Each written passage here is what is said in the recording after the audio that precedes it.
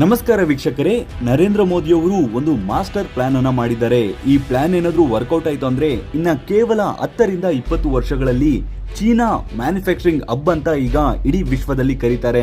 ಇನ್ನು ಮುಂದೆ ಭಾರತವನ್ನ ಇಡೀ ವಿಶ್ವದಲ್ಲಿ ಮ್ಯಾನುಫ್ಯಾಕ್ಚರಿಂಗ್ ಹಬ್ ಅಂತ ಕರೀತಾರೆ. ಚೀನಾ ಒಂದು ಕಾಲದಲ್ಲಿ ನಮ್ಮ SEZ ಮಾಡೆಲ್ ಅನ್ನ ಕಾಪಿ ಮಾಡಿಕೊಂಡು ಇವತ್ತು ಇಡೀ ವಿಶ್ವದ ನಂಬರ್ 1 ಮ್ಯಾನುಫ್ಯಾಕ್ಚರಿಂಗ್ ಹಬ್ ಆಗಿದೆ.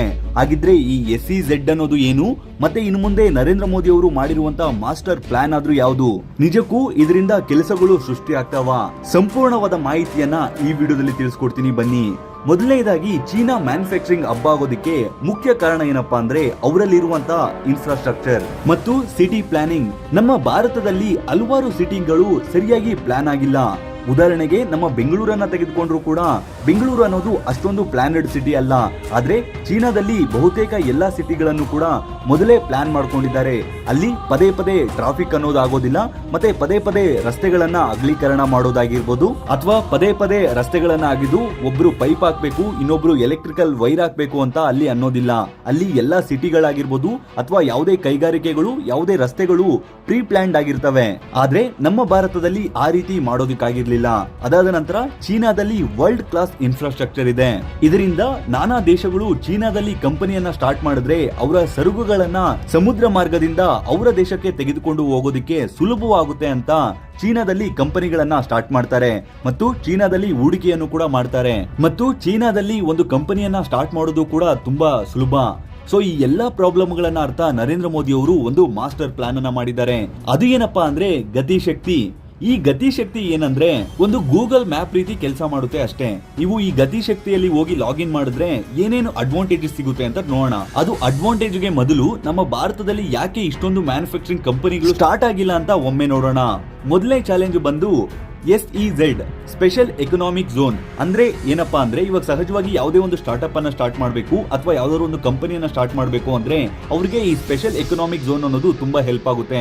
ಅಲ್ಲಿ 5 ವರ್ಷದವರೆಗೂ 0 ಟ್ಯಾಕ್ಸ್ ಇರುತ್ತೆ. ಅದಾದ ನಂತರ ಕೆಲವು ರಿಯಾಯಿತಿಗಳು ಕೂಡ ಇರುತ್ತೆ. ಆದ್ರೆ ನಮ್ಮ ಭಾರತದಲ್ಲಿ ಈ ಸ್ಪೆಷಲ್ ಎಕನಾಮಿಕ್ ಝೋನ್ಗೆ ಸರಿಯಾದ ರಸ್ತೆ ಸಂಪರ್ಕ ಇಲ್ಲ ಮತ್ತು ರೈಲ್ವೆ ಸಂಪರ್ಕ ಇಲ್ಲ, ಮತ್ತೆ ಸಮೀಪದಲ್ಲಿ ಏರ್ಪೋರ್ಟ್ಗಳು ಕೂಡ ಇಲ್ಲ. ರಾಜಕಾರಣಿಗಳು ನಾವು ಕೆಲಸವನ್ನ ಕೊಡ್ತೀವಿ ಅಂತ ಹೇಳೋದಕ್ಕೋಸ್ಕರ ಈ ಸ್ಪೆಷಲ್ ಎಕನಾಮಿಕ್ ಝೋನ್ ಎಲ್ಲಂದ್ರೆ ಅಲ್ಲಿ ಸೃಷ್ಟಿ ಮಾಡಿದ್ದಾರೆ. ಎರಡನೇ ಚಾಲೆಂಜ್ ಬಂದು ನಮ್ಮ ಭಾರತದಲ್ಲಿ ಲಾಜಿಸ್ಟಿಕ್ಸ್ ಕನೆಕ್ಟಿವಿಟಿ ಅನ್ನೋದು ಇಲ್ಲ. ಅಂದ್ರೆ ರಸ್ತೆಗಳಾಗಿರ್ಬೋದು ಅಥವಾ ಏರ್ಪೋರ್ಟ್ಗಳಾಗಿರ್ಬೋದು ಅಥವಾ ರೈಲ್ವೆ ಮಾರ್ಗಗಳಾಗಿರ್ಬೋದು. ಮೂರನೇ ಚಾಲೆಂಜ್ ಬಂದು ಲೈಸೆನ್ಸಿಂಗ್ ಅಂಡ್ ಕ್ಲಿಯರೆನ್ಸ್. ಸಹಜವಾಗಿ ಇವಾಗ ನಾವು ಏನೇ ಒಂದನ್ನ ಮಾಡ್ತೀವಿ ಅಂದ್ರೂ ಕೂಡ ಅದಕ್ಕೆ ಹಲವಾರು ಡಿಪಾರ್ಟ್ಮೆಂಟ್ ಗಳಲ್ಲಿ ಕ್ಲಿಯರೆನ್ಸ್ ಅನ್ನ ತೆಗೆದುಕೋಬೇಕಾಗುತ್ತೆ, ಮತ್ತೆ ಹಲವಾರು ಕಡೆ ಲೈಸೆನ್ಸ್ ಅನ್ನ ಪಡೆದುಕೋಬೇಕಾಗುತ್ತೆ. ಇದು ನಮ್ಮ ಭಾರತದಲ್ಲಿ ತುಂಬಾ ಕಷ್ಟ ಅಂತ ಹೇಳ್ಬೋದು. ಅದರಲ್ಲೂ ಕೂಡ ಹಲವಾರು ಲೈಸೆನ್ಸ್ ಗಳಿಗೆ ತುಂಬಾ ದುಡ್ಡನ್ನ ಸುರಿಬೇಕಾಗುತ್ತೆ ಮತ್ತು ಕೆಲವೊಂದು ಕಡೆ ಲಂಚವನ್ನು ಕೂಡ ಕೊಡಬೇಕಾಗುತ್ತೆ. ಈ 3 ಚಾಲೆಂಜ್ಗಳಿಂದ ನಮ್ಮ ಭಾರತ ಸ್ವಲ್ಪ ಹಿಂದುಳಿದಿದೆ ಅಂತ ಹೇಳ್ಬೋದು. ಅದಕ್ಕೆ ನರೇಂದ್ರ ಮೋದಿ ಅವರು ಇವಾಗ ಯಾವ ರೀತಿ ಪ್ಲಾನ್ ಮಾಡಿದ್ದಾರೆ ಅಂದ್ರೆ 1977ರಲ್ಲಿ ಸ್ಪೆಷಲ್ ಎಕನಾಮಿಕ್ ಝೋನ್ ಅಂತ ನಮ್ಮ ಭಾರತದಲ್ಲಿ ಶುರು ಮಾಡಿದ್ರು. ಆದ್ರೆ ಅದು ಸಕ್ಸಸ್ ಆಗಿಲ್ಲ. ಆದ್ರೆ ಅದೇ ಮಾಡೆಲ್ ಅನ್ನ ಚೀನಾ ದೇಶ ಕಾಪಿ ಮಾಡಿಕೊಂಡು ಇವತ್ತು ಇಡೀ ವಿಶ್ವಕ್ಕೆ ಮ್ಯಾನುಫ್ಯಾಕ್ಚರಿಂಗ್ ಹಬ್ ಆಗಿದೆ. ನಮ್ಮ ಭಾರತದಲ್ಲಿ ಯಾಕೆ ಇದು ಕ್ಲಿಕ್ ಆಗಿಲ್ಲ ಅಂದ್ರೆ ಹಲವಾರು ಕರಪ್ಷನ್ ಕೇಸ್ಗಳು ಪದೇ ಪದೇ ಕೇಳಿ ಬರ್ತಾನೆ ಇರುತ್ತೆ. ಎಲ್ಲರಿಗೂ ಒಂದು ದೇಶವನ್ನ ಅಭಿವೃದ್ಧಿ ಮಾಡಬೇಕು, ಒಂದು ನಗರವನ್ನ ಅಭಿವೃದ್ಧಿ ಮಾಡಬೇಕು ಅನ್ನೋದಕ್ಕಿಂತ ಅವರಿಗೆ ಎಷ್ಟು ವರ್ಕೌಟ್ ಆಗುತ್ತೆ ಅಂತಾನೆ ನೋಡ್ತಾರೆ. ಮತ್ತೆ ಮುಖ್ಯವಾಗಿ ನಾವು ಇಷ್ಟು ದಿನ ಭಾರತೀಯರು ಒಂದು ಸಮಸ್ಯೆಯನ್ನ ಫೇಸ್ ಮಾಡ್ತಿದ್ವಿ. ಅದೇನಪ್ಪಾ ಅಂದ್ರೆ ಒಂದು ಸಣ್ಣ ಉದಾಹರಣೆ ಕೊಟ್ಟು ಎಕ್ಸ್ಪ್ಲೈನ್ ಮಾಡ್ತೀವಿ ನೋಡಿ. ಸಹಜವಾಗಿ ಯಾವ್ದಾದ್ರು ಒಂದು ನಗರವನ್ನ ಅಭಿವೃದ್ಧಿ ಮಾಡ್ಬೇಕು ಅಂದ್ರೆ ಮೊದಲು ರೋಡ್ ಹಾಕ್ತಾರೆ. ರೋಡ್ ಹಾಕಿದ ನಂತರ ಟೆಲಿಕಾಂ ಕಂಪನಿಯವರು ಕೇಬಲ್ ಹಾಕ್ಬೇಕು ಅಂತ ಮತ್ತೆ ಆಗಿದ್ದಾರೆ. ಮತ್ತೆ ಟ್ರಾನ್ಸ್ಪೋರ್ಟ್ ಮಿನಿಸ್ಟ್ರಿ ಅವರು ಮತ್ತೆ ಬಂದು ರೋಡ್ ಅನ್ನ ಹಾಕ್ತಾರೆ. ಅದಾದ ನಂತರ ಜಲಶಕ್ತಿಯವರಿಗೆ ನೆನಪಿಗೆ ಬರುತ್ತೆ ನಾವು ವಾಟರ್ ಪೈಪ್ ಹಾಕ್ಬೇಕಾಗಿತ್ತು ಅಂತ. ಅದಾದ ನಂತರ ಸ್ಯಾನಿಟರಿ ಅವರು ಕೂಡ ಮತ್ತೆ ಆಗಿದ್ದಾರೆ. ಇದೇ ರೀತಿ ರೋಡ್ಗಳನ್ನ ಪದೇ ಪದೇ ಅಗಿಯೋದ್ರಿಂದ ಏನಾಗುತ್ತಂದ್ರೆ ರೋಡಿನ ಗುಣಮಟ್ಟ ಕೂಡ ಹಾಳಾಗೋದಲ್ಲದೆ ಸರ್ಕಾರಕ್ಕೆ ಖರ್ಚು ಕೂಡ ಜಾಸ್ತಿ ಬರುತ್ತೆ. ಆದ್ರೆ ಈ ಗತಿಶಕ್ತಿಯಲ್ಲಿ ಯಾವ ರೀತಿ ಇರುತ್ತೆ ಅಂದ್ರೆ ಎಲ್ಲಾ ಡಿಪಾರ್ಟ್ಮೆಂಟ್ ಗಳನ್ನ ಕನೆಕ್ಟ್ ಮಾಡ್ತಾರೆ. ಉದಾಹರಣೆಗೆ ಇವಾಗ ನಮ್ಮ ಬೆಂಗಳೂರಿನ ಒಂದು ಕ್ಷೇತ್ರದಲ್ಲಿ ಏನಾದ್ರೂ ಒಂದು ಕೆಲಸ ಆಗ್ತಿದೆ ಅಥವಾ ಯಾವ್ದಾದ್ರು ಒಂದು ಹೊಸ ಏರಿಯಾಗೆ ರೋಡ್ ಆಗ್ತಿದ್ದಾರೆ ಅಂದ್ರೆ ಮೊದಲೇ ತಾರ್ ಹಾಕೋದಾಗಿರ್ಬೋದು ಅಥವಾ ಟೆಲಿಕಾಂ ಕೇಬಲ್ ಆಗಿರ್ಬೋದು, ವಾಟರ್ ಸಿಸ್ಟಮ್ ಆಗಿರ್ಬೋದು ಅಥವಾ ಡ್ರೈನೇಜ್ ಸಿಸ್ಟಮ್ ಆಗಿರ್ಬೋದು, ಎಲ್ಲವನ್ನು ಕೂಡ ಒಂದೇ ಬಾರಿ ಮಾಡ್ತಾರೆ. ಅಂದ್ರೆ ಒಂದು ಇಲಾಖೆಗೆ ಮತ್ತೊಂದು ಇಲಾಖೆಗೆ ಕನೆಕ್ಷನ್ ಅನ್ನೋದು ಇರುತ್ತೆ.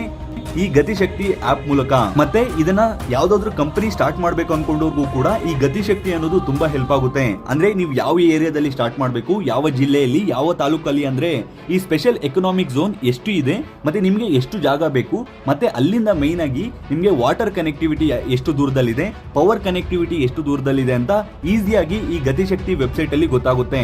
ಅದಾದ ನಂತರ ಮೈನ್ ಆಗಿ ನೀವು ಏನೇ ಬಿಸ್ನೆಸ್ ಅನ್ನು ಮಾಡಿದ್ರು ಕೂಡ ಲ್ಯಾಂಡ್ ಅಕ್ವಿಸಿಷನ್ ಇರಬಹುದು, ಲೈಸೆನ್ಸ್ ಅಂಡ್ ಕ್ಲಿಯರೆನ್ಸ್ ಕೂಡ ಈ ಗತಿಶಕ್ತಿ ಮೂಲಕನೇ ಈಸಿಯಾಗಿ ಪಡ್ಕೋಬಹುದು. ಅಂದ್ರೆ ನೀವು ಏನೇ ಒಂದು ಬಿಸ್ನೆಸ್ ಅನ್ನ ಮಾಡ್ತೀನಿ ಅಂದ್ರೂ ಕೂಡ ಅದಕ್ಕೆ ಏನೇನು ಡಾಕ್ಯುಮೆಂಟ್ಸ್ ಬೇಕು, ಯಾವ್ಯಾವ ಲೈಸೆನ್ಸ್ ಬೇಕು, ಅದನ್ನ ಎಲ್ಲೆಲ್ಲಿ ಪಡ್ಕೋಬೇಕು ಅಂತ ಕೂಡ ಕ್ಲಿಯರ್ ಆಗಿ ಈ ಗತಿಶಕ್ತಿ ಮೂಲಕ ಮೆನ್ಷನ್ ಆಗಿರುತ್ತೆ. ಮತ್ತೆ ನೀವೇನಾದ್ರೂ ಕಂಪನಿಯನ್ನ ಸ್ಟಾರ್ಟ್ ಮಾಡೋ ಹೋಗಿದ್ರೆ ಅದರಿಂದ ರೈಲ್ವೆಗೆ ಎಷ್ಟು ದೂರ ಇದೆ, ಅದಾದ ನಂತರ ರೋಡ್ ಟ್ರಾನ್ಸ್ಪೋರ್ಟ್ ಗೆ ಎಷ್ಟು ದೂರ ಇದೆ, ಮಿನಿಸ್ಟ್ರಿ ಆಫ್ ಪೋರ್ಟ್ ಅಂದ್ರೆ ಯಾವ್ದಾದ್ರು ಬಂದರಿಗೆ ಎಷ್ಟು ದೂರ ಇದೆ, ಮತ್ತೆ ಏರ್ಪೋರ್ಟ್ ಎಷ್ಟು ದೂರ ಇದೆ, ಇವೆಲ್ಲವೂ ಕೂಡ ಗೊತ್ತಾಗುತ್ತೆ. ಇಷ್ಟೆಲ್ಲ ಅಲ್ಲದೆ ಕೇಂದ್ರ ಸರ್ಕಾರ ಮತ್ತೊಂದು ಮಹೋನ್ನತವಾದ ಕೆಲಸವನ್ನ ಮಾಡ್ತಿದೆ.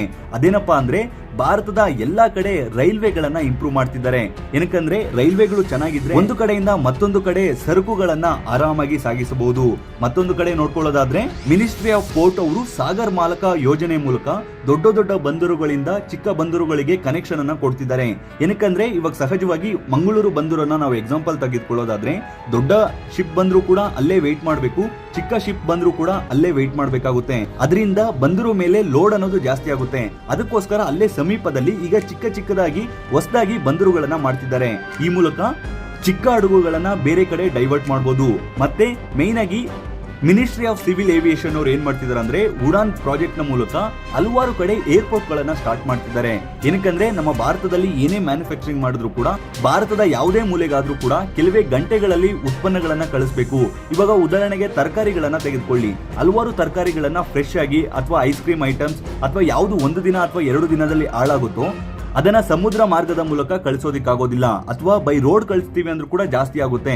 ಸೊ ಅಂತ ಟೈಮಲ್ಲಿ ಏರ್ಪ್ಲೇನ್ ಗಳ ಮೂಲಕ ಕಳಿಸಬೇಕಾಗುತ್ತೆ. ಅದಕ್ಕೂ ಕೂಡ ಕೇಂದ್ರ ಸರ್ಕಾರ ಎಲ್ಲೆಲ್ಲಿ ಆಗುತ್ತೋ ಆ ಎಲ್ಲಾ ಕಡೆ ಕೂಡ ಏರ್ಪೋರ್ಟ್ ಗಳನ್ನ ಶುರು ಮಾಡ್ತಿದ್ದಾರೆ. ಏನೇ ಆಗ್ಲಿ ನೋಡಿದ್ರಲ್ಲ ವೀಕ್ಷಕರೇ, ಇದೇನಾದ್ರೂ ಸಕ್ಸಸ್ ಆಯ್ತು ಅಂದ್ರೆ ಖಂಡಿತವಾಗಿಯೂ ಕೂಡ ಭಾರತ ವಿಶ್ವದಲ್ಲಿ ಮ್ಯಾನುಫ್ಯಾಕ್ಚರಿಂಗ್ ಹಬ್ ಆಗುತ್ತೆ ಮತ್ತು ಇದು ಸಕ್ಸಸ್ ಕೂಡ ಆಗುತ್ತೆ. ಇದು ಆಲ್ರೆಡಿ ವರ್ಕಿಂಗ್ ಅಲ್ಲೂ ಕೂಡ ಇದೆ. ಎಲ್ಲೆಲ್ಲಿ ಸ್ಪೆಷಲ್ ಎಕನಾಮಿಕ್ ಝೋನ್ ಇದೆಯೋ ಅಲ್ಲೆಲ್ಲ ರೈಲ್ವೆಗಳನ್ನ ಅಭಿವೃದ್ಧಿ ಮಾಡ್ತಿದ್ದಾರೆ. ಅದಾದ ನಂತರ ನ್ಯಾಷನಲ್ ಹೈವೇಗಳನ್ನ ಮತ್ತು ಎಕ್ಸ್ಪ್ರೆಸ್ ವೇಗಳನ್ನ ಮತ್ತು ಏರ್ಪೋರ್ಟ್ ಗಳನ್ನ ಅಭಿವೃದ್ಧಿ ಮಾಡ್ತಿದ್ದಾರೆ. ಇದು ಇಡೀ ಭಾರತ ಬೆಳೆಯೋದಕ್ಕೆ ಹೆಲ್ಪ್ ಆಗುತ್ತೆ. ಮತ್ತೆ ಮೇನ್ ಆಗಿ ಎಲ್ಲಾ ಡಿಪಾರ್ಟ್ಮೆಂಟ್ ಗಳನ್ನ ಕನೆಕ್ಟ್ ಮಾಡಿರೋದ್ರಿಂದ ಒಂದೇ ಸಲ ರೋಡ್ ಆಗಿರ್ಬೋದು, ನೀರಿಗೆ ಪೈಪ್ ಆಗಿರ್ಬೋದು, ಅಥವಾ ಡ್ರೈನೇಜ್ ಸಿಸ್ಟಮ್ ಆಗಿರ್ಬೋದು, ಅಥವಾ ಟೆಲಿಕಾಂ ಕೇಬಲ್ ಆಗಿರ್ಬೋದು, ಎಲ್ಲವನ್ನು ಕೂಡ ಒಂದೇ ಸಾರಿ ಹಾಕೋದ್ರಿಂದ ನಮಗೆ ಕಾಸು ಅನ್ನೋದು ಕೂಡ ಕಡಿಮೆ ವೆಚ್ಚದಲ್ಲಿ ಪ್ರಾಜೆಕ್ಟ್ ಅನ್ನೋದು ಕಂಪ್ಲೀಟ್ ಆಗುತ್ತೆ. ನಿಜಕ್ಕೂ ಕೂಡ ನರೇಂದ್ರ ಮೋದಿ ಅವರ ಈ ಮಾಸ್ಟರ್ ಪ್ಲಾನ್ಗೆ ಹ್ಯಾಟ್ಸ್ ಆಫ್ ಅಂತ ಹೇಳ್ಬೋದು. ಏನೇ ಆಗ್ಲಿ ಇದ್ರ ಬಗ್ಗೆ ನೀವೇನ್ ಹೇಳ್ತೀರಾ? ಈ ಗತಿಶಕ್ತಿ ಮಾಸ್ಟರ್ ಪ್ಲಾನ್ ಬಗ್ಗೆ ನೀವೇನ್ ಹೇಳ್ತೀರಾ? ತಪ್ಪದೆ ನಮ್ಮ ಕಾಮೆಂಟ್ ಬಾಕ್ಸ್ ನಲ್ಲಿ ಕಮೆಂಟ್ ಮಾಡಿ. ಈ ವಿಡಿಯೋ ಇಷ್ಟ ಆದ್ರೆ ಈ ವಿಡಿಯೋ ಒಂದು ಲೈಕ್ ಕೊಟ್ಟು ಈ ವಿಡಿಯೋನ ಈಗಲೇ ಎಲ್ಲ ಕಡೆ ಶೇರ್ ಮಾಡಿ. ಇದೇ ರೀತಿಯಾದ ಮತ್ತಷ್ಟು ವಿಡಿಯೋಗಳಿಗಾಗಿ ತಪ್ಪದೆ ನಮ್ಮ ಮೀಡಿಯಾ ಅಂಟರ್ ಯೂಟ್ಯೂಬ್ ಚಾನಲ್ ಅನ್ನ ಸಬ್ಸ್ಕ್ರೈಬ್ ಮಾಡಿಕೊಳ್ಳಿ ಹಾಗೂ ಪಕ್ಕದಲ್ಲಿರುವ ಬೆಲ್ ಬಟನ್ ಅನ್ನು ಕ್ಲಿಕ್ ಮಾಡಿ. ಹಾಗೆ ನಮ್ಮ ಫೇಸ್ಬುಕ್ ಪೇಜ್ ಅಲ್ಲಿ ಈ ವಿಡಿಯೋನ ನೋಡ್ತಿದ್ರೆ ದಯವಿಟ್ಟು ನಮ್ಮ ಫೇಸ್ಬುಕ್ ಪೇಜ್ ಅನ್ನ ಫಾಲೋ ಮಾಡಿ. ಧನ್ಯವಾದಗಳು.